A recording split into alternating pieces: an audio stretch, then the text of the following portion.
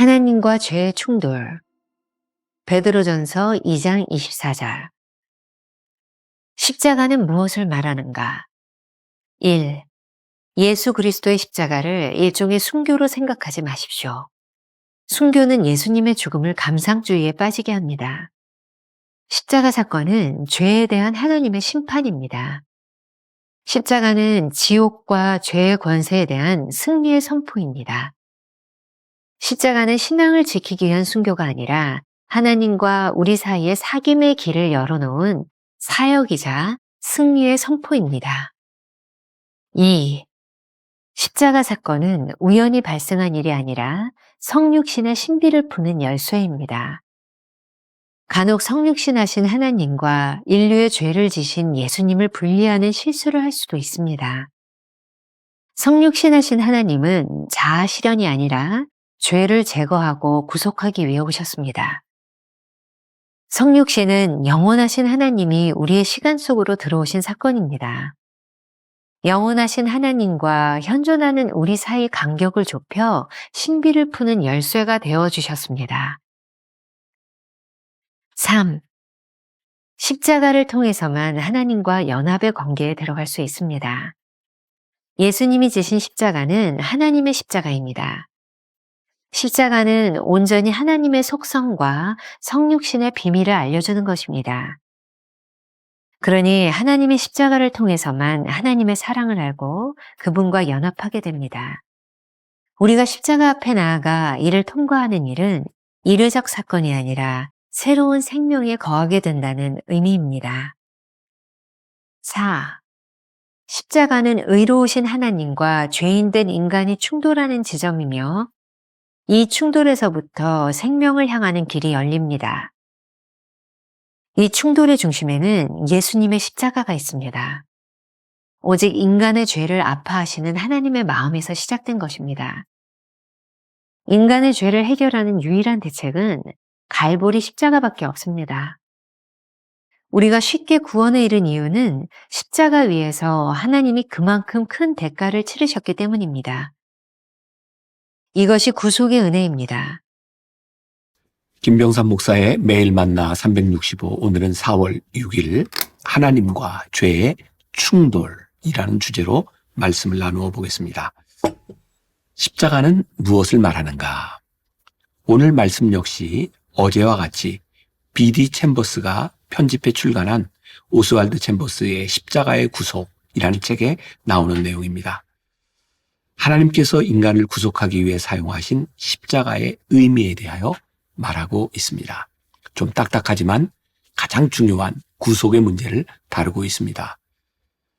구원의 은혜에 대하여 가장 명확한 설교를 한 사람을 하나 꼽으라면 저는 영국의 찰스 스펄전 목사님을 들 수 있을 것 같습니다. 얼마 전에 읽었던 책 구원의 은혜라는 책에 구원과 십자가를 조금 쉽게 설명한 부분이 있어서 여러분들에게 소개하려고 합니다. 하나님은 의로운 자에게나 불의한 자에게나 똑같이 빛을 비추시지 않는가? 결실의 계절이 누구에게나 한결같이 오지 않는가? 악한 민족에게도 비와 태양은 때를 따라 내리고 비추인다. 소돔에도 태양은 떠올랐고 고모라에도 아침 이슬은 내렸다. 오 친구여, 하나님의 크신 은혜는 나와 당신의 생각을 초월하므로 우리는 그분의 은혜를 깊이 묵상해야 한다. 하늘이 땅보다 높음 같이 하나님의 생각은 우리의 생각보다 높다. 하나님은 우리의 죄를 무한히 용서하신다. 예수 그리스도는 죄인을 구원하기 위해 오셨다. 사죄의 은총은 죄인을 위한 것이다. 우리가 십자가를 볼 때마다 무엇을 생각해야 할까요? 챔버스의 묵상글을 요약하면 대략 4가지의 대주로 나누어 설명이 가능할 것 같습니다. 오늘은 여러분들이 이 부분만 잘 기억하셔도 좋을 것 같아요. 첫 번째, 예수 그리스도의 십자가를 일종의 순교로 생각하지 마십시오. 잘 생각해 보십시오. 순교는 예수님의 죽음을 감상주의에 빠지게 합니다. 십자가의 사건은 하나님께서 죄에 대해 심판하신 것입니다. 십자가는 지옥과 죄의 권세에 대한 승리를 선포한 것입니다. 십자가로 인해 비로소 인간과 하나님 사이에 올바른 관계가 맺어진 것입니다. 십자가는 신앙을 지키기 위한 순교가 아니라 하나님과 우리 사이에 사귐의 길을 열어놓은 사역의 행위이자 승리의 선포입니다. 두 번째, 십자가의 사건은 우연 발생적인 일이 아니라 성육신의 신비를 푸는 열쇠입니다. 잘못하면 성육신하신 하나님과 인류의 죄를 지신 예수님을 분리하는 실수를 할 수도 있습니다. 성육신하신 하나님은 자아 실현을 위해서가 아니라 죄를 제거하고 구속하기 위해 오셨습니다. 영원하신 하나님께서 성육신하신 사건은 우리의 시간 속으로 들어오신 것입니다. 영원하신 하나님과 현존하는 우리 둘 사이의 간격을 좁히는 신비를 푸는 열쇠가 되어주신 것입니다. 세 번째, 십자가를 통해서만 하나님과 연합의 관계에 들어갈 수 있습니다. 예수님이 지신 십자가는 하나님의 십자가입니다. 우리 인간들의 체험 속에서 이해되는 것이 아닙니다. 십자가는 온전히 하나님의 속성과 성육신의 비밀을 알려주는 것입니다.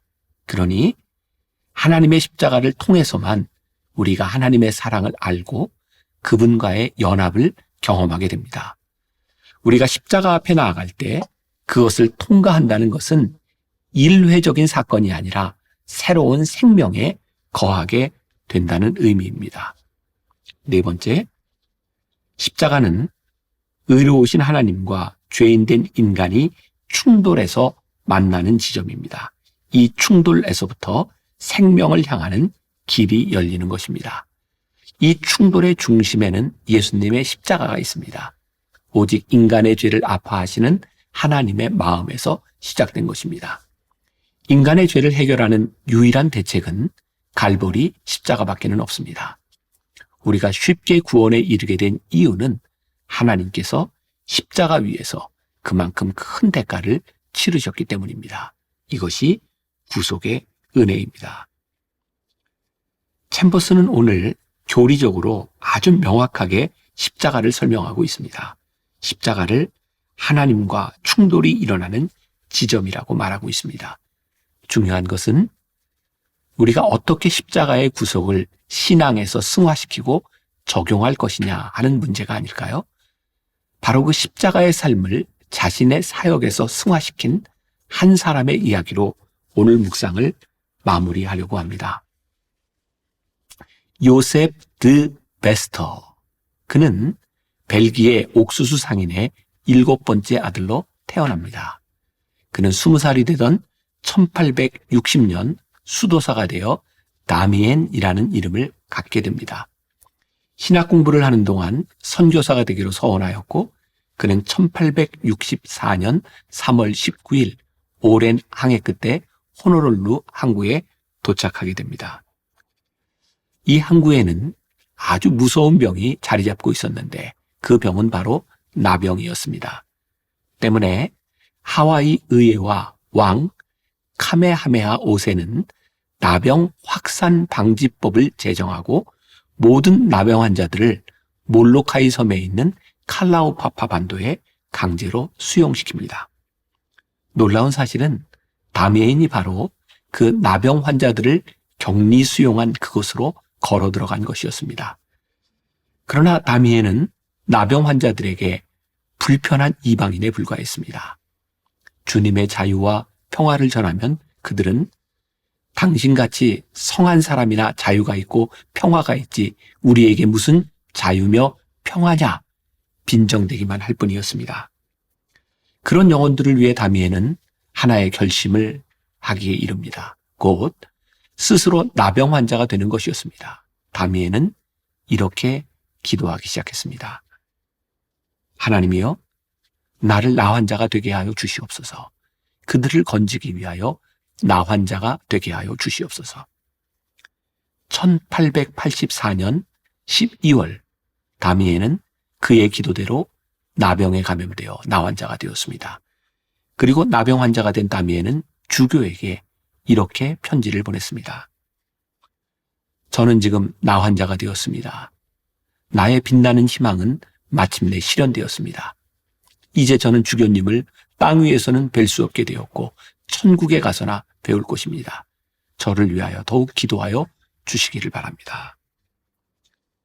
그로부터 5년 후 다미엘 신부는 49살의 젊은 나이에 나병으로 세상을 떠났고 주 정부는 매년 4월 15일을 다미엘의 날로 선포하여 지금까지도 그의 성육신과 같은 사건을 추모하고 있습니다. 오늘 제가 여러분들에게 다미엘 신부의 이야기를 들려드린 이유는 우리들이 성육신을 믿는 믿음으로 성육신의 삶을 살아간다는 것이 어떤 건지를 한 번쯤 기억하고 또 우리들이 고민했으면 하는 마음에서입니다. 우리가 오늘 기억해야 될 한 줄 노트.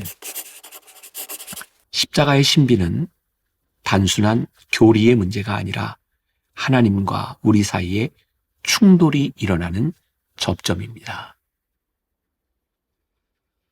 오늘 하루 우리가 품고 살아가야 될 묵상 질문입니다. 십자가의 사건이 우리 삶에서 구체적으로 실현되는 것이 무엇인지 묵상하면서 하루를 살아보면 어떨까요? 기도하겠습니다. 오늘 십자가를 묵상합니다.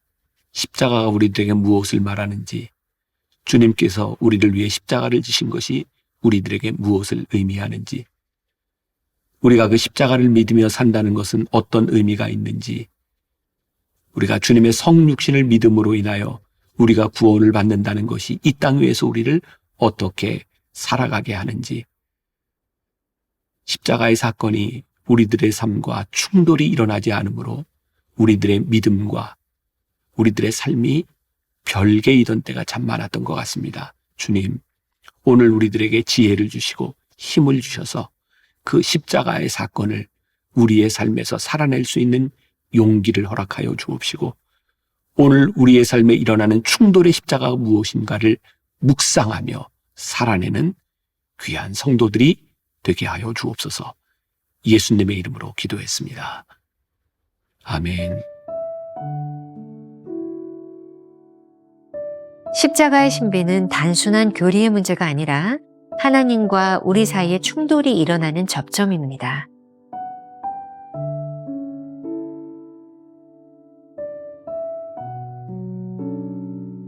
십자가의 사건이 우리 삶에서 구체적으로 어떻게 실현되고 있습니까?